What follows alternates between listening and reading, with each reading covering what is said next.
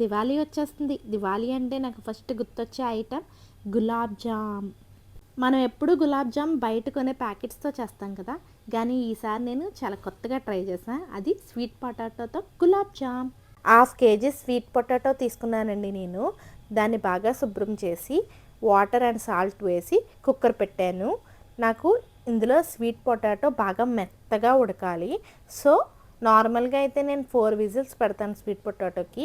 But ఇక్కడ నాకు బాగా మెత్తగా ఉడకాలి కాబట్టి నేను 7 విజిల్స్ వేయించానండి కుక్కర్లో. 7 విజిల్స్ తర్వాత స్వీట్ పొటాటో బాగా మెత్తగా ఉడికిందండి. దానిపైన ఉన్న పొట్టు తీసేసి మ్యాష్ చేసుకోవటమే. 1/2 spoon baking soda, 1/2 cup milk powder వేసి బాగా కలపండి. ఒక పిండి ముద్దలా కలపండి. ఇందులోనే కొంచెం మైదా కూడా వేసి కలపండి.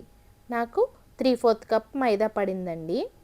వేసి బాగా కలిపి ఉండలు చేసుకోవటమే. మనం గులాబ్ జామ్కి ఎలా ఉండలు చేసుకుంటామో అలా ఉండలు చేయటమే.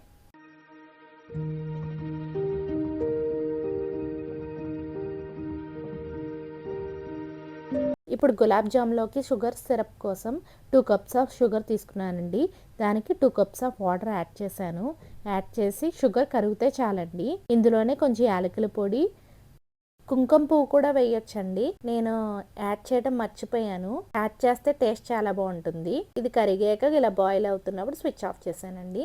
మనం ముందుగా ప్రిపేర్ చేసిన బాల్స్ని గీ ఆర్ డాల్డాలో వేసి ఫ్రై చేయండి. గోల్డెన్ బ్రౌన్ కలర్ వచ్చాక పక్కన పెట్టేయండి.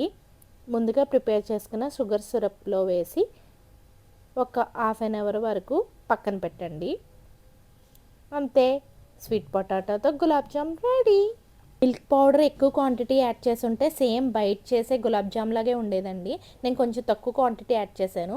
మీరు కావాలంటే కొంచెం ఎక్కువ క్వాంటిటీ యాడ్ చేయండి మిల్క్ పౌడర్. టేస్ట్ చాలా బాగుందండి. మీరు ఎప్పుడైనా గులాబ్ జామ్ ఇలా డిఫరెంట్గా ట్రై చేయాలంటే ట్రై చేయండి. చాలా బాగుందండి స్వీట్ పొటాటోతో గులాబ్ జామ్. నేను కూడా ఇదే ఫస్ట్ టైం ట్రై చేశాను. బాగా వచ్చిందండి నాకు. మీరు కూడా ట్రై చేయండి దివాళీకి. Thanks for watching. Please like, share and subscribe to my channel. Bye.